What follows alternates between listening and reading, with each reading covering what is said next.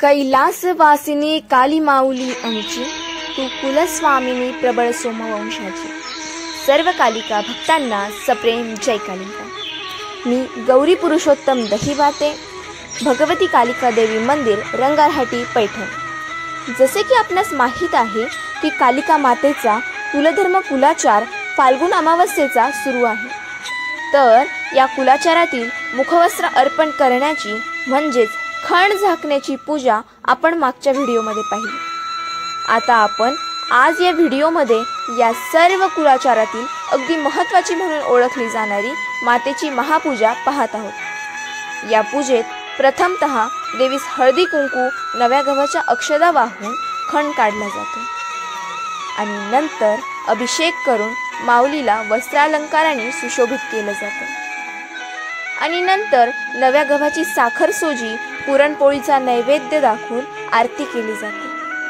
पुन्हा सवाष्णी भोजन घालूनच सर्वांना प्रसाद ग्रहण करण्याची अनुमती मिळते। या व्रताचा वसा हा काळाबाईच्या म्हणजेच कालिका मातेच्या आरतीत सांगितलाय। त्या आरतीत कालिका माता असे म्हणते की अमावस्येचे उपवासी व्रत करावे नियमासी, वाळूची मूर्ती स्थापा मी आहे तुम्हापासी, नवे धान्य मज वाहावे पूजा करावी भावेसी। म्हणजेच कालिका मातेने या आरतीमध्ये आश्वासन दिले की जे लोक हे व्रत करतील त्यांच्याजवळ मी असेल, त्यांच्यावर कुठल्याही प्रकारचं संकट येऊ देणार नाही। म्हणूनच सर्व कासार समाज बांधव हे व्रत अखंडितपणे चालवतात व वर्षातील 2 अमावस्यांना म्हणजे फाल्गुन अमावस्या आणि आषाढ अमावस्या, म्हणजे फाल्गुन अमावस्या जी नव्याची अमावस्या म्हणून ओळखली जाते आणि आषाढ अमावस्या जी दिव्याची अमावस्या म्हणून ओळखली जाते, या अमावस्यांना हे व्रत करतात। बरं, कालिका देवीचे नाव कालिका का आहे असा प्रश्न सर्वांनाच पडला असेल।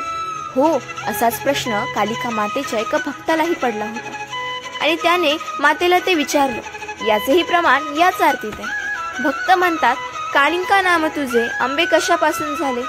अंबे, मला सांग ना, तुझं नाव कालिका कशापासून झालं? त्यावेळेला अंबा म्हणते की आपुले निज भक्ता काळापासून सोडवले। म्हणजे काळापासून भक्तांना सोडवणारी ही कालिका म्हणून ही कालिका माता प्रसिद्ध झाली। आपल्या भक्तांना काळापासून सोडवणारी, काळावर मात करून भक्तांना नेहमी रक्षण करणारी, भक्तांवर प्रेम छायेचं छत्र धरणारी ही कालिका माता सर्वांना आशीर्वाद देत असते। अशाच या कालिका मातेच्या या प्रेम छत्र छायेखाली आपण आपल्या सर्वांना तिने घ्यावं अशीच तिच्या चरणी प्रार्थना व जय कालिका।